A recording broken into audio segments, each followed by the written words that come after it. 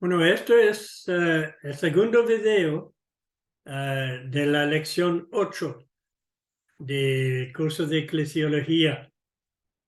Si no han visto el primer video, les animo a que apaguen este y que miren el primer video. En este caso, los dos videos no son muy largos, pero quería estar seguro de que todo cupiera. Entonces, primero lección o sesión 8A y ahora la sesión 8B. Y se trata ahora de la disciplina en la iglesia. Y siempre, como dije, estamos hablando de iglesia local, que para mí es la definición de la iglesia.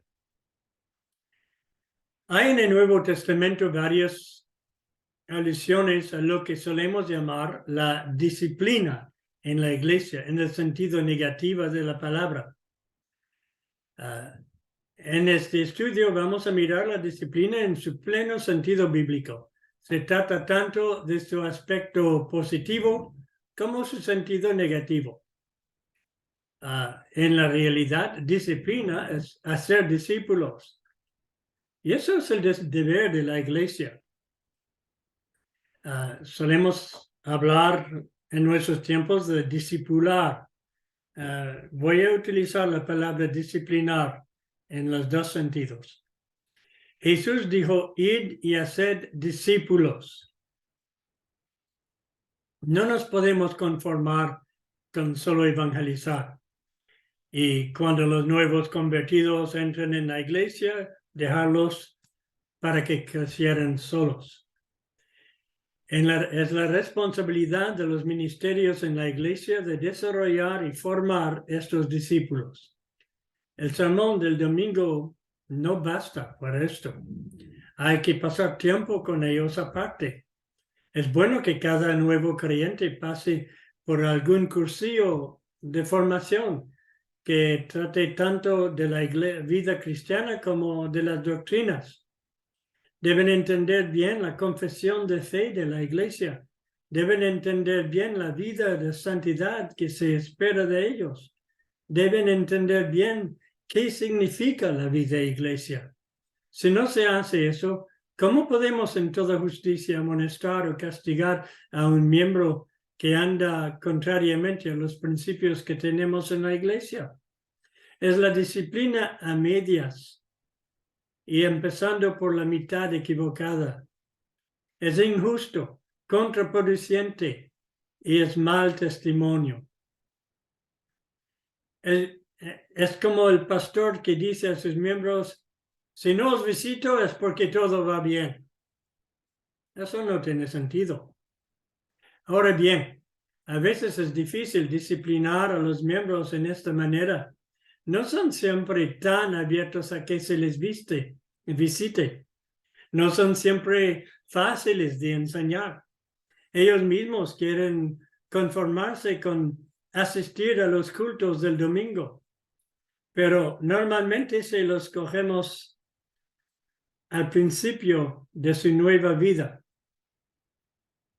En tal caso, se puede hacer mejor. Al menos se puede insistir en un cursillo para membresía.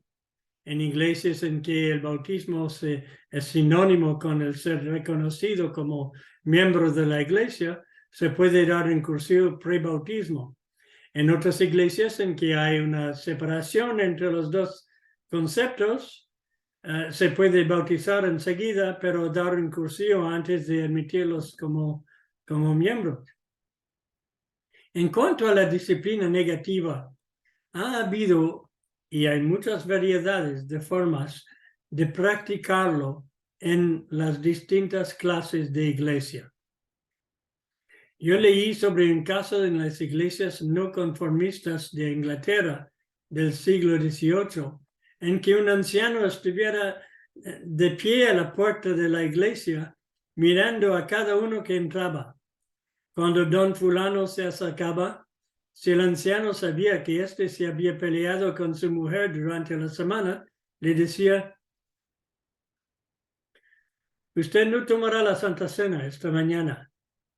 En nuestros tiempos, oí hablar de un responsable de iglesia que sabía que uno de sus miembros había ido de viaje la semana anterior y que en la ciudad donde el miembro había viajado solo había una iglesia evangélica, pero era de otra denominación. El responsable de la iglesia le preguntó, ¿hizo usted un buen viaje? Sí. ¿Fue a tal iglesia cuando estaba en aquella ciudad? Sí. Entonces esta mañana no puedo tomar la Santa Cena. Eso no es la disciplina que vemos en las Escrituras. Los textos que tratan de la disciplina en el sentido negativo son los siguientes. Mateo 18, 14 hasta 20.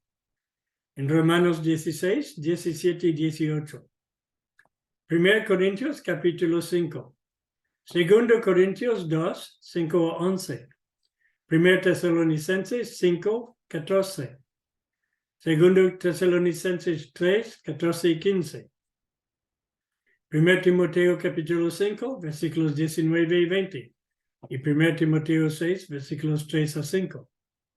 En estos textos hallamos unos principios muy sencillos sobre la disciplina, pero a veces se han hecho tantas explicaciones sobre estos textos que se ha perdido el significado de ellos. Por tanto, a continuación, vamos a empezar haciendo solo un croquis de algunos de ellos. Primero, Mateo 18, 14 a 20. Ya lo hemos visto, pero alguien ha pecado. Una persona va a hablarle a solas. Hay dos posibles reacciones. La persona que ha pecado se arrepienta o la persona no quiere escucharlo. Hay dos posibles respuestas a ello. En el caso de arrepentimiento, ha ganado a su hermano y todo ha terminado. En el caso de rechazo, vuelve a hablarle con uno o dos testigos. Luego, si no escucha, se trae el caso a la iglesia. Si no escucha a la iglesia, se le trata como un gentil y publicano, es decir, en el lenguaje que los discípulos entendían entonces, una persona no deseable. Y luego se nota que el propósito de todo ello es que no se pierde ninguno de estos pequeños, en el versículo 14 de Mateo 18. El rechazo, por tanto, no es la meta de la disciplina. No es para deshacer la iglesia de un mal elemento, tampoco. Es para que la persona no se pierde. Luego, hay Romanos 16, versículos 17 a 18. Dice, hay alguien que causa divisiones y tropiezos en contra de la doctrina bíblica. Dice, fijarse en ellos. Están sirviendo a sí mismos, no al Señor. Engañan a los ingenuos. Y luego dice, hay que apartarse de ellos, los que causan divisiones. Apartarse de ellos. Luego, 1 Corintios 5. Eso es un pasaje bastante fuerte. Un hombre ha pecado contra la moralidad en una manera absolutamente escandalosa y pública. Habrá que quitar la persona de en medio de nosotros, dice el versículo 2. Versículo 3 es un caso que puede ser juzgado sin más. Luego se trata de, según los versículos 4 y 5, de entregarlo a Satanás en nombre de Jesucristo para destrucción de la carne. Wow, ¿qué significa esto? Pues significa, según el versículo 11, no juntarse con tal persona, de no comer, ni aun comer con él. Parece que siendo la comunión fraternal de la iglesia, y no habla de Santa Cena aquí, es la protección, la comunión fraternal entre los hermanos en la iglesia, es la protección del Señor. El hecho de excluirlo de la fraternidad de la iglesia significa echarlo al mundo. El príncipe de este mundo, o el Dios de este mundo, es Satanás. Entonces, cuando está fuera de la iglesia, está bajo el dominio de Satanás. No tiene protección. Está entregado a él porque la iglesia ya no se ocupa de él. Eso es lo que significa el hecho de entregarlo a Satanás, de dejarlo ir. El propósito de tan duro trato es, según el versículo 5, a fin de que el espíritu sea salvo en el día del Señor Jesús. Ese trato puede traer a la persona al arrepentimiento, si en verdad ha conocido al Señor. Este juicio no tiene nada que ver con los inconversos, según el versículo 10, sino con creyentes o los que profesan ser nuestros hermanos, en versículo 11. Nuestra responsabilidad, entonces, es quitar al perverso de entre nosotros, según el versículo 13. Hay ciertos tipos de perversidades que entran en esta categoría. El fornicario, el avaro, el maldiciente, el borracho, el ladrón. Son ejemplos. Luego hay 2 Corintios capítulo 2, versículos 5 a 11. Ahora está hablando de lo que sigue después de la disciplina negativa. Hay que considerar, según el versículo 6, que esta reprensión hecha por muchos basta como castigo. No hay que eternizarlo. Según el versículo 7, hay que perdonar a la persona. Hay que considerar o consolar o animar a la persona. Y según el versículo 8, hay que confirmar el amor para con aquella persona. Por tanto, esa disciplina no es definitiva, no es eterna. Es algo que se hace por un tiempo para poder restaurarlo. Luego, en 1 Tesalonicenses capítulo 5, versículo 14, se habla de amonestar a los ociosos, a los que no quieren trabajar. Hay que alentar a los desanimados. ¿Ven la diferencia entre amonestar y alentar? Hay sostener a los débiles. Hay que ser pacientes con todos. Eso es muy importante. No estamos en el régimen de siempre tú, fuera. Esa no es la idea, nada. En 2 Tesalonicenses capítulo 3, 14 a 15, se habla de alguien no obedece a lo que Pablo enseña. Hay que señalarlo. Hay que no juntarse con él para que se avergüence. Pero hay que tenerlo por hermano y no como enemigo. Eso es importante también. En 1 Timoteo capítulo 5, versículos 19 a 20, se habla de la disciplina de un anciano de la iglesia. Por tanto, los ancianos son sujetos a lo mismo que los miembros, pero por su posición hay que exigir 2 o 3 testigos antes de recibir una acusación en contra. Antes mismo de recibir una acusación.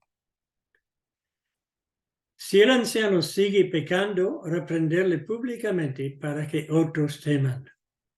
No hay que cubrir la cosa, en otras palabras.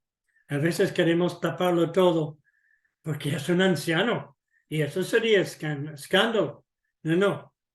Hay que reprenderlo públicamente en tal caso para que otros teman, para que otros respeten el orden. En 1 Timoteo capítulo 6, versículos 3 hasta 5, dice, hay alguien que enseña otra cosa que no sea conforme al evangelio. Y la respuesta, apartarse de él. Bueno, yo he sugerido algunos ejercicios, pero les voy a sugerir ahora verbalmente, aunque los podrán leer si piden los apuntes. Alguien en la iglesia te dice que Guillermo, un miembro casado, está pasando mucho tiempo con una joven. ¿Qué hace usted? Sigue dos líneas en tu respuesta, según los resultados positivos o negativos de tus acciones. Si prefiere, puedes cambiar los sexos de las personas para que sea María Antonia, una mujer casada, con un hombre. Otro ejercicio. Es domingo. Un miembro de la iglesia te dice que pasó toda la tarde el sábado estudiando y preparando la clase de escuela dominical que tenía que enseñar esta mañana. Él no sabe que ayer por la tarde usted pasó 2 veces delante de los futbolines mientras hacía tus compras y lo vio allí. Tampoco sabe que usted lo vio entrando al cine a las 8:30. ¿Qué hace usted frente a su mentira obvia? No estoy hablando del mal de futbolinas o del cine, no tiene que ver. Pero el hecho de que él cuente que pasó todo el día preparando su clase de escuela dominical. ¿Qué hace usted en tal caso? Luego, su mejor amigo en la iglesia empieza a hablarle de doctrinas contrarias a lo que enseña él o los pastores de la iglesia. Al mismo tiempo, critica a los pastores. Te enteras de que está haciendo lo mismo con otros miembros. ¿Qué haces? En los textos, el cuarto ejercicio, en los textos leídos, ¿cuáles son relacionados a problemas doctrinales? ¿Cuáles se relacionan con cuestiones morales y con el desorden o divisiones? Bueno, esas son todas preguntas que pueden ir reflexionando y me interesaría mucho ver las conclusiones que ustedes saquen. Entonces, como siempre, les invito a escribirme para conseguir los apuntes y veo aquí ups, disculpe.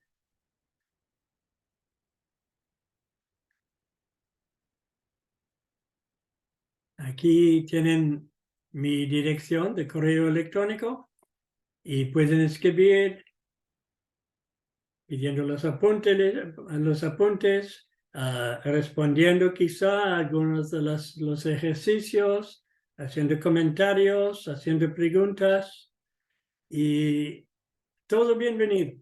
Pueden hacer mucho, pueden hacer un poco, pueden decidir en algunas lecciones que quieren hacer ejercicios y en otros no. Usted es libre. Hagan lo que les va bien con el tiempo que tienen. Pero me encantaría ver los trabajos que hacen.